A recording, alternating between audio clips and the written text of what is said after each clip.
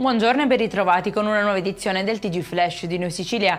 In apertura morti sospette all'ospedale Papardo di Messina, sequestrate dai NAS 2 sale operatori di cardiochirurgia, rilevate numerose criticità in termini di salubrità degli ambienti operatori e gli accertamenti sono scaturiti a seguito di querele presentate dai familiari di alcuni pazienti deceduti dopo l'intervento. Ha un malore improvviso e muore, questo è il tragico epilogo per un 41enne originario di Avola che ha esalato l'ultimo respiro in un ristorante del Ragusano a Donna Lucata. Vani tentativi di rianimazione attuati sia dal personale del locale che dai sanitari del 118. Mattinata movimentata invece a Catania con residenti, pescatori, forze politiche e sociali. In prima linea nella manifestazione di protesta contro il progetto di privatizzazione del porticciolo di Ognina in concessione alla società La Tortuga SRL.